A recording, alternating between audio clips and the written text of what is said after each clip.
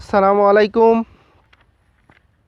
আমি আউল হোসেন, ক্লাসরুম টিউবের পক্ষ থেকে সকলকে স্বাগত জানাচ্ছি। আজকে আমরা একাদশ ও দ্বাদশ শ্রেণীর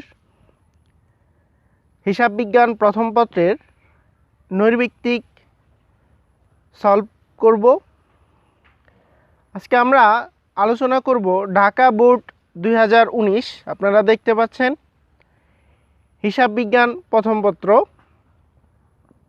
আমরা যে কোনো টেস্ট পেপার বা গাইড বইয়ে ঢাকা বোর্ড 2019-এর এই প্রশ্নটি পেয়ে যাব। তো এখানে 30টি এমসিকিউ আছে। আমি ব্যাখ্যা সহ আপনাদের খুব সহজে বুঝিয়ে দেওয়ার চেষ্টা করব, যাতে বাসায় প্র্যাকটিস করতে পারেন এবং খুব ভালোভাবে বুঝতে পারেন যে আসলে আমাদের কিভাবে শর্ট টেকনিক ফলো করে এমসিকিউ সলভ করা সম্ভব। তো আর দেরি না করে আমরা আজকের ক্লাসটি শুরু করি। আমাদের 1 নং প্রশ্নে বলা হয়েছে বাট্টা প্রাপ্তি 100 টাকা রেওয়া মিলের ডেবিট পাশে বসানো হয়েছে। এক্ষেত্রে রেওয়া মিলের ডেবিট পাশের সমষ্টি অপেক্ষা ক্রেডিট পাশের সমষ্টির ক্ষেত্রে নিচের কোনটি প্রযোজ্য হবে? দেখেন, বাট্টা প্রাপ্তি এটা আমাদের আয়, যা আমরা রেওয়া মিলের ক্রেডিট পাশে বসাই, বাট এখানে ভুল করে ডেবিট পাশে বসানো হয়েছে। তাহলে আমাদের দুই সাইডেই ব্যাস কম হয়ে যাবে। কেন? কারণ ক্রেডিট পাশে 100 টাকা কম লিপিবদ্ধ করা হলো এবং ডেবিট পাশে পক্ষান্তরে 100 টাকা বেশি লিপিবদ্ধ করা হলো। তাহলে আমাদের দুই পাশের গড় মিল হবে 200 টাকা এবং এটা ডেবিট দিকে 200 টাকা বেশি দেখানো হবে। তাই আমাদের উত্তর হবে ক, ডেবিট দিকে 200 টাকা বেশি হবে। আচ্ছা, এবার আমরা 2 নং প্রশ্নটি সলভ করব। এখানে বলা হয়েছে কোনটি কন্ট্রা সম্পত্তি। আসলে কন্ট্রা বলতে আমরা বুঝি বিপরীত সম্পত্তি। তাহলে কন্ট্রা সম্পত্তি বলতে আমরা কি বুঝি? বিপরীত সম্পত্তি। যেই এখানকার যেই এন্ট্রিটা সম্পদের সাথে বিয়োগ হবে সেটাই কন্ট্রা সম্পত্তি। যেমন আমরা যদি খ নং উত্তরটা দেখি, এখানে দেওয়া আছে অনাদায়ী পাওনা সঞ্চিতি। আমরা জানি অনাদায়ী পাওনা সঞ্চিতি দেনাদার থেকে বিয়োগ হয়, মানে দেনাদার একটি সম্পদ এবং সেই সম্পদ থেকে অনাদায়ী পাওনা সঞ্চিতি বিয়োগ করা হয়। সুতরাং অনাদায়ী পাওনা সঞ্চিতি একটি কন্ট্রা সম্পত্তি বা আমরা বলতে পারি বিপরীত সম্পত্তি। এবার 3 নং প্রশ্ন, এখানে বলা হয়েছে নামিক হিসাবগুলোকে হিসাবকাল শেষে বন্ধ করে দেওয়া হয় কোন ধারণা অনুসারে? আসলে আমরা যে আয় ব্যয় হিসাব বা নামিক হিসাব আছে, আমরা একটা নির্দিষ্ট সময়কাল শেষ হওয়ার পরে নতুন করে আবার যখন হিসাব শুরু করব তখন এই হিসাবগুলি বন্ধ করে দিব পরবর্তীতে না নেওয়ার জন্য। তার মানে এটা হলো আমাদের হিসাবকাল শেষ করার জন্য। সুতরাং 3 নং প্রশ্নের উত্তর ক, হিসাবকাল। আমরা 4 নং প্রশ্নটি দেখব। পূর্ববর্তী বছরের তুলনায় পরবর্তী বছরের অবচয়ের পরিমাণ হ্রাস পায় কোন পদ্ধতিতে? এটার উত্তর হবে ক্রমহ্রাসমান জের পদ্ধতিতে। কেন? কারণ ক্রমহ্রাসমান জের পদ্ধতিতে যেই পরিমাণ অবচয় ধার্য করা হয়, পরের বছর সেই অবচয় বাদ দেওয়ার পরে যে ব্যালেন্সটা থাকে তার উপরে আবার পুনরায় অবচয় ধার্য করা হয়, যার কারণে প্রতি বছর অবচয়ের পরিমাণ হ্রাস পায়। সুতরাং 4 নং প্রশ্নের উত্তর গ, ক্রমহ্রাসমান জের পদ্ধতি। আমাদের 5 নং প্রশ্নে বলা হয়েছে হিসাব বিজ্ঞানের কোন নীতি অনুসারে অনাদায়ী পাওনা সঞ্চিতি সৃষ্টি করা হয়? আসলে অনাদায়ী পাওনা সঞ্চিতি সৃষ্টি করা হয় রক্ষণশীলতা নীতি অনুসারে। রক্ষণশীলতা নীতি বলতে আমরা বুঝি সম্পদ অথবা আয়ের পরিমাণ সন্দেহ থাকলে কম দেখানোকে বলা হয়। তাই সেই নীতি অনুসরণ করে আমাদের অনাদায়ী পাওনা সঞ্চিতি সৃষ্টি করা হয়। কারণ অনাদায়ী পাওনা সঞ্চিতি আমরা বলতে বুঝি যে দেনাদারের যেই পরিমাণ টাকা আমাদের আদায় হবে না। সুতরাং এটি একটি রক্ষণশীলতার নীতি। 6 নং প্রশ্নে বলা হয়েছে নিট লাভ দ্বারা কি বৃদ্ধি পায়? নিট লাভ দ্বারা আমরা জানি মালিকানা সত্ত্ব বৃদ্ধি পায়, কারণ মালিকানা সত্ত্বের সাথে নিট লাভ যোগ করা হয়। তাহলে 6 নং প্রশ্নের উত্তর হবে স্বত্বাধিকার। উদ্দীপকটি পড়ো এবং 7 ও 8 নং প্রশ্নের উত্তর দাও। জনাব সাইফুল্লাহ একজন ব্যবসায়ী। 2018 সালের 31 ডিসেম্বর তারিখে তার ব্যবসায়ের আর্থিক বিবরণীসমূহ প্রস্তুত করার সময় তিনি দেখতে পান যে নভেম্বর ও ডিসেম্বর মাসের বেতন বাবদ মোট 10,000 টাকা পরিশোধ করা হয়নি এবং অব্যবহৃত অফিস সাপ্লাইজের পরিমাণ 1,400 টাকা। 7 নং প্রশ্নে বলা হয়েছে হিসাব বিজ্ঞানের কোন ধারণার জন্য উপরোক্ত দুটি বিষয়ের সমন্বয় দাখিলা প্রদান করা প্রয়োজন। উপরে যে দুটি বিষয় হিসাবভুক্ত হয়নি তার একটি বেতন যা খরচ এবং আরেকটি অব্যবহৃত সাপ্লাইজ যা আমরা সাপ্লাইজ খরচ থেকে বাদ দিতে হবে। এখন কোনো নির্দিষ্ট বছরের নির্দিষ্ট আয় অর্জনের জন্য যেই পরিমাণ খরচ হয় বা প্রকৃত যেই পরিমাণ খরচ হয় তা হিসাব করার নীতিকে মিলকরণ নীতি বলা হয় অথবা ব্যয় স্বীকৃত নীতি বলা হয়। মিলকরণ নীতি এবং ব্যয় স্বীকৃত নীতি এই দুটো একই জিনিস। তার মানে এই 10,000 টাকা একটি ব্যয় এবং 1,400 টাকা এটিও একটি ব্যয়ের সাথে সমন্বিত। এই জন্য এই দুইটি হিসাবভুক্ত করার যে নীতি তাকে আমরা মিলকরণ নীতি বলবো। সুতরাং 7 নং প্রশ্নের উত্তর ক। 8-এ বলা হয়েছে উপরোক্ত সমন্বয় দুটি সাধন করা না হলে ব্যবসায়ের লাভ কত টাকা কম বা বেশি হবে। যেমন আমাদের বেতন তো খরচ, এটা হিসাবভুক্ত না করলে আমাদের 10,000 টাকা খরচ কমে গেল বাট লাভ 10,000 টাকা বেড়ে গেল, কারণ আমরা এই 10,000 টাকা খরচ হিসাবভুক্ত না করা মানে কি আমাদের লাভের পরিমাণ বেড়ে যাওয়া। অপরদিকে যে ব্যবহৃত সাপ্লাইজ আছে এই অব্যবহৃত সাপ্লাই সমন্বয় না করলে আমাদের খরচের পরিমাণ বেড়ে যাবে, আর খরচের পরিমাণ বেড়ে যাওয়া মানে আমাদের কি আয় কমে যাওয়া। সুতরাং এই 10,000 টাকা হিসাবভুক্ত না করলে আয়ের পরিমাণ বেড়ে যাবে, আবার এই 1,400 টাকা হিসাবভুক্ত না করলে আমাদের আয়ের পরিমাণ কমে যাবে। তাহলে দুটোই যদি হিসাবভুক্ত না করি আমাদের আয় বাড়তেছে 10,000 এবং কমতেছে 1,400, তাহলে 10,000 থেকে 1,400 বিয়োগ দিলে আমাদের রেজাল্ট হয় 8,600। সুতরাং উপরোক্ত সমন্বয় দুটি হিসাবভুক্ত না করলে আমাদের আয়ের পরিমাণ 8,600 টাকা বেশি হবে। সুতরাং 8 নং প্রশ্নের উত্তর খ। 9 নং প্রশ্নে বলা হয়েছে নিচের কোনটি পরোক্ষ খরচ। আমরা জানি আন্তঃপরিবহন প্রত্যক্ষ খরচ, বাট নিরীক্ষা খরচ এটি পরোক্ষ খরচ। তাহলে আমাদের 9 নং প্রশ্নের উত্তর খ। 10-এ পাওনাদারের উপর বাট্টা সঞ্চিতি সংরক্ষণের ফলে ব্যবসায়ের আর্থিক বিবরণীতে 1 নং উত্তরে বলা হয়েছে নিট লাভ বৃদ্ধি পাবে, 2-এ বলা হয়েছে সম্পত্তি বৃদ্ধি পাবে, 3-এ দায় কম প্রদর্শিত হবে। পাওনাদারের উপর বাট্টা সঞ্চিতি বলতে আমরা বুঝি আমরা পাওনাদারকে যেই পরিমাণ টাকা কম দিতে পারবো বা আমরা যেই পরিমাণ ছাড় পাবো সেটাই আমাদের পাওনাদার বাট্টা সঞ্চিতি। এখন আমরা যদি পাওনাদারকে কিছু টাকা কম দিতে পারি এটা আমাদের ব্যবসা প্রতিষ্ঠানের লাভ, তাই নেট লাভ বৃদ্ধি পাবে, 1 নং কথাটি সঠিক। এরপরে সম্পদ বৃদ্ধি পাবে না, পাওনাদারকে টাকা কম দিলে আমাদের কোনো সম্পত্তি বৃদ্ধি পাবে না, এইটা ভুল। 3-এ বলা হয়েছে দায় কম প্রদর্শিত হবে। হ্যাঁ, আমরা যদি পাওনাদারকে কিছু টাকা কম দিতে পারি এবং পাওনাদার বাট্টা সঞ্চিতি হিসাবভুক্ত করি তাহলে আমাদের পাওনাদারের পরিমাণ কমে যায়, সুতরাং দায় কম প্রদর্শিত হবে। তাহলে সঠিক উত্তর 1 ও 3। সুতরাং 10 নং প্রশ্নের উত্তর গ। এবার আমরা 11 নং প্রশ্নে চলে যাব। IAS এর পূর্ণরূপ। IAS এর পূর্ণরূপ ইন্টারন্যাশনাল অ্যাকাউন্টিং স্ট্যান্ডার্ড। সুতরাং 11 নং প্রশ্নের উত্তর গ। উদ্দীপকটি পড়ো এবং 12 ও 13 নং প্রশ্নের উত্তর দাও। জনাব আজাদের ব্যবসায়ে অনাদায়ী পাওনা সঞ্চিতি 2,000 টাকা দ্বারা বৃদ্ধি করতে হবে। তার ব্যবসায়ে অনাদায়ী পাওনার পরিমাণ 5,000 টাকা এবং বছরের শুরুতে পাওনা সঞ্চিতির উদ্বৃত্ত ছিল 4,000 টাকা। 12 নং প্রশ্নে বলা হয়েছে নতুন অনাদায়ী পাওনা সঞ্চিতির পরিমাণ কত।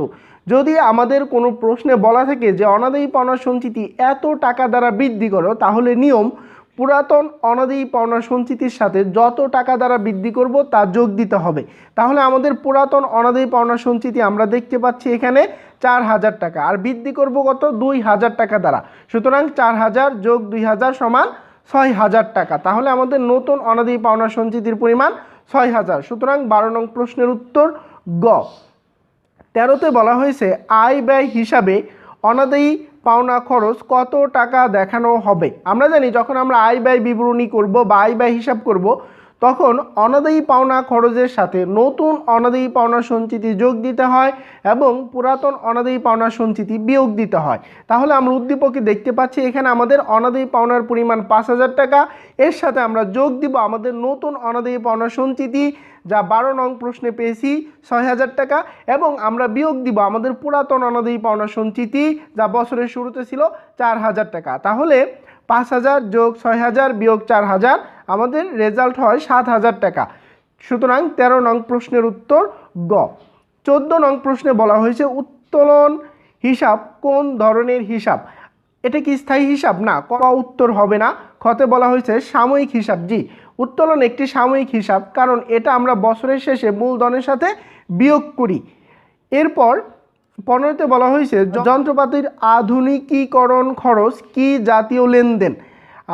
যখনই আমরা কোনো স্থায়ী সম্পদ বা যন্ত্রপাতি বা আসবাবপত্র ক্রয় করব এবং সেটা সংস্থাপন করতে যত টাকা খরচ করব বা আধুনিকীকরণ করতে যত টাকা খরচ করব এগুলো সব মূলধন জাতীয় ব্যয়। সুতরাং এটি একটি মূলধন জাতীয় ব্যয়। উত্তর হবে ক। এরপরে বলা হয়েছে উদ্দীপকটি পড়ো এবং 16 ও 17 নং প্রশ্নের উত্তর দাও। একটি মেশিনের ক্রয় মূল্য 4 লক্ষ টাকা, যার সংস্থাপন ব্যয় 20,000 টাকা। মেশিনটির আয়ুষ্কাল 10 বছর, আয়ুষ্কাল শেষে ভগ্নাবশেষ মূল্য 1 লক্ষ টাকা। বার্ষিক 20% হারে ক্রমহ্রাসমান জের পদ্ধতিতে অবচয় ধার্য করা হয়। 16 নং প্রশ্নে বলা হয়েছে দ্বিতীয় বছর শুরুতে মেশিনটির বই মূল্য কত হবে? আমরা জানি 1 বছরের অবচয় বাদ দেওয়ার পরে যা থাকবে সেটি দ্বিতীয় বছরের বই মূল্য। তাহলে আমরা 1 বছরের যদি ক্রমহ্রাসমান জের পদ্ধতিতে অবচয় বের করি, আমাদের মেশিনটির অর্জন মূল্য, আমরা মেশিনটি ক্রয় করেছি 4 লক্ষ টাকা যোগ সংস্থাপন ব্যয় 20,000 টাকা, তাহলে আমাদের মেশিনটির অর্জন মূল্য 4,20,000 টাকা।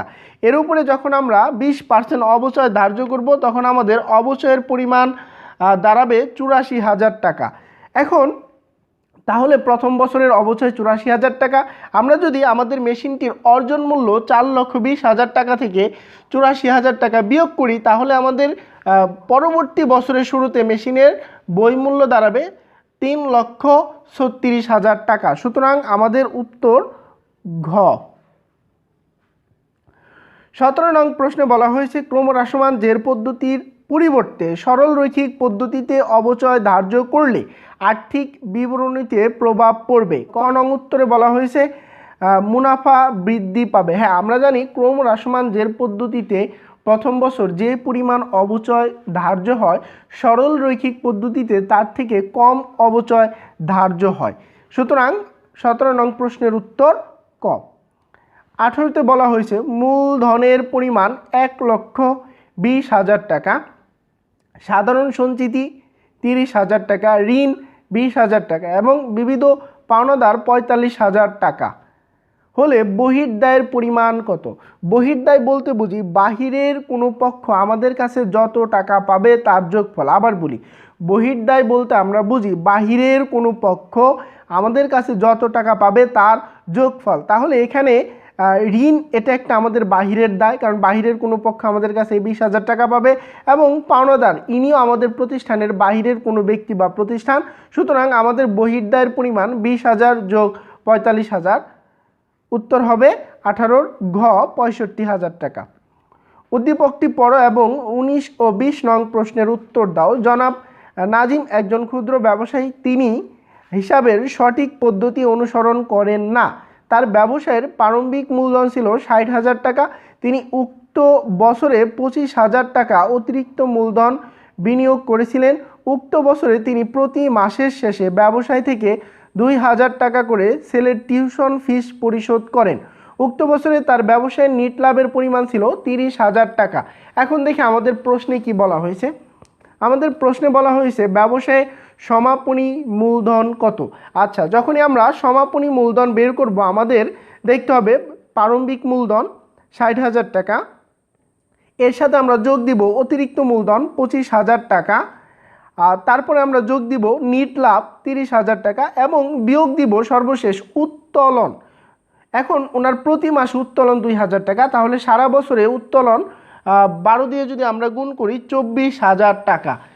এবং তাহলে আমরা যদি সবগুলি যোগ বিয়োগ করি, মানে প্রারম্ভিক মূলধন 60,000 টাকা, অতিরিক্ত মূলধন 25,000 টাকা, যোগ নিট লাভ 30,000 টাকা এবং বিয়োগ সারা বছরের উত্তোলন 24,000 টাকা, তাহলে আমাদের ফল দাঁড়ায় 91,000 টাকা। সুতরাং 19 নং প্রশ্নের উত্তর গ 91,000 টাকা। এরপর 20-এ বলা হয়েছে উত্তোলনের ওপর 10% হারে সুদ ধার্য করা হলে উত্তোলনের সুদের পরিমাণ কত। আমরা আবার একটু উদ্দীপকটি পড়ি। এখানে বলা হয়েছে যে উক্ত বছরে তিনি প্রতি মাসের শেষে ব্যবসায় থেকে 2,000 টাকা করে ছেলের টিউশন ফিস পরিশোধ করেন। তার মানে উনি প্রতি মাসের শেষে 2,000 টাকা করে উত্তোলন করে। যদি প্রতি মাসের শেষে উত্তোলন করা হয় তাহলে উত্তোলনের সুদ নির্ণয়ের সূত্র মাসিক উত্তোলন গুণ সুদের হার গুণ 5.5। তাহলে তার মাসিক উত্তোলন 2,000 টাকা গুণ সুদের হার 10% গুণ 5.5 এবং আমাদের রেজাল্ট হবে 1,100 টাকা। সুতরাং 20 নং প্রশ্নের উত্তর ক। 21-এ বলা হয়েছে NSF চেক কোনটি? NSF চেক কোনটি? NSF এর ফুল মিনিং নন সাফিসিয়েন্ট ফান্ডস।